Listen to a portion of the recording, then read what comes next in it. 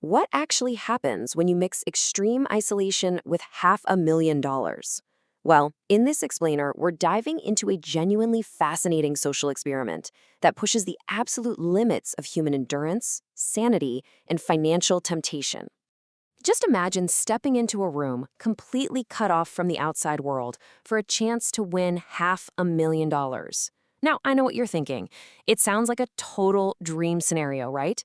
Just sit in a room, chill out, do nothing, and walk out rich. But as we're about to see, the reality of extreme isolation is so much darker and way more complex than just sitting still. Because here is the catch. You have to survive 100 days trapped in a bright white cube with someone you have never met. In this specific experiment, those two complete strangers are Bailey and Susie. And the real kicker, if one of them decides to leave before the 100 days are up, they both get absolutely nothing. Their fates are completely, literally, tied together. Okay, let's get into part 1, battling the white room and the rapid decline of sanity. So without any natural light or clocks, their circadian rhythms broke almost instantly. By just day 2, they made the mistake of sleeping for only 2 hours and woke up at 2:37 in the morning, which completely threw off their internal clocks. And this led them to just desperately invent ways to track time and fight off that crushing boredom. By day 4, they're tearing paper from their journals to make these homemade playing cards. And by day 5, they actually created a fake sign-in sheet just to trick the camera crew into writing down the date and time. It is such an incredible display of the human mind desperately trying to anchor itself to reality. But it wasn't just the isolation getting into their heads, it was the intense physical discomfort.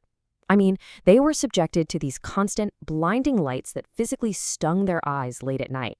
Plus, they were fed identical, totally bland canned meals, just chicken or beef, every single day. That sheer monotony begins to chip away at their resolve way before any real temptation is even introduced. Which brings us to part 2, the price of sanity and isolation economics. The creators brilliantly weaponized these basic comforts to drain their prize pool, creating this absurd cube economy. Just look at these margins for a second. A private chef for the rest of the challenge, 50 grand. Smart beds and a switch to finally turn off those blinding lights, another 50 grand. Even a basic coffee maker costs $10,000.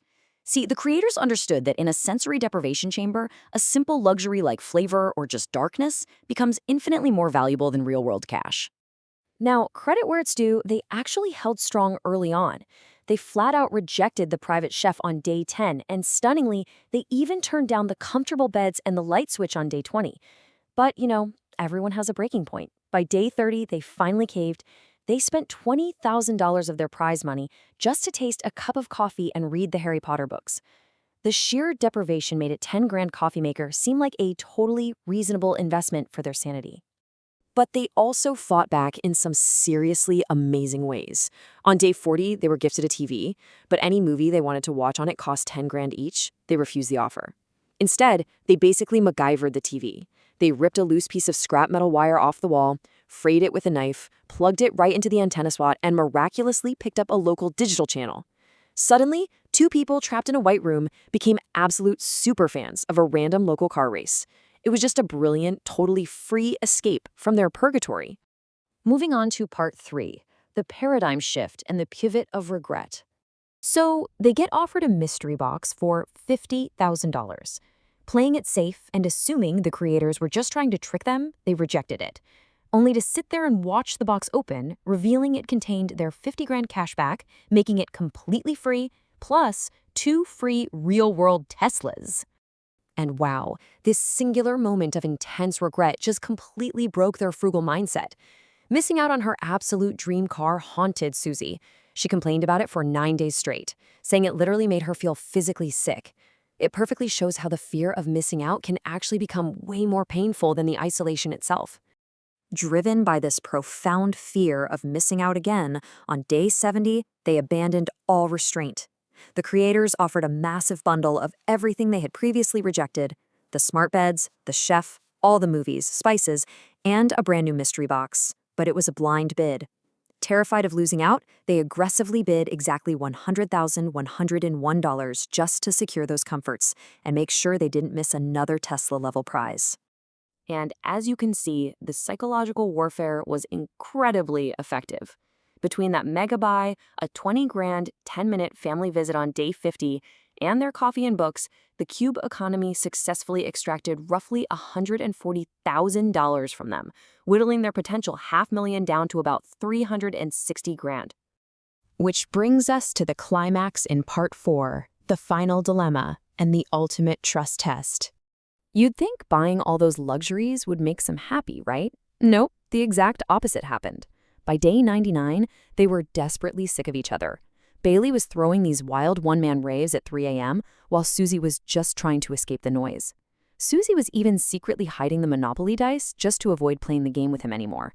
The tension was at an all-time high, which is honestly pretty funny, but it sets the stage perfectly for the final cruel twist.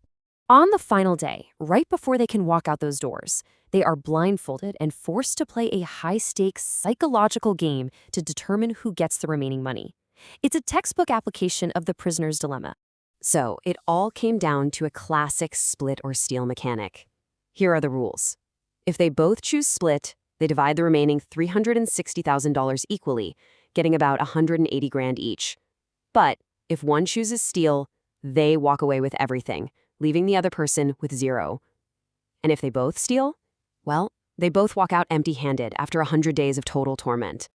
I want you to genuinely ask yourself what you would do right now. You've just endured 100 days of extreme isolation, blinding lights, and sleep deprivation with a complete stranger who has been driving you absolutely crazy for the last month. Do you trust them, or do you take it all for yourself just to make sure you don't get played for a fool? Well, in a really beautiful testament to shared trauma and human connection, they both chose to split. They realized that surviving those dark times together created a bond that greed just couldn't break. So they both walked away with roughly $180,000 each, their sanity mostly intact, and a totally life-changing sum of money. This incredible social experiment leaves us with one fascinating thought to close on. You know, we all like to think we're strictly logical when it comes to money. But under the intense pressure of sensory deprivation, extreme isolation, and massive wealth, the value of a dollar completely warps. It really makes you wonder, if you were locked in that white room, how much would your sanity really be worth?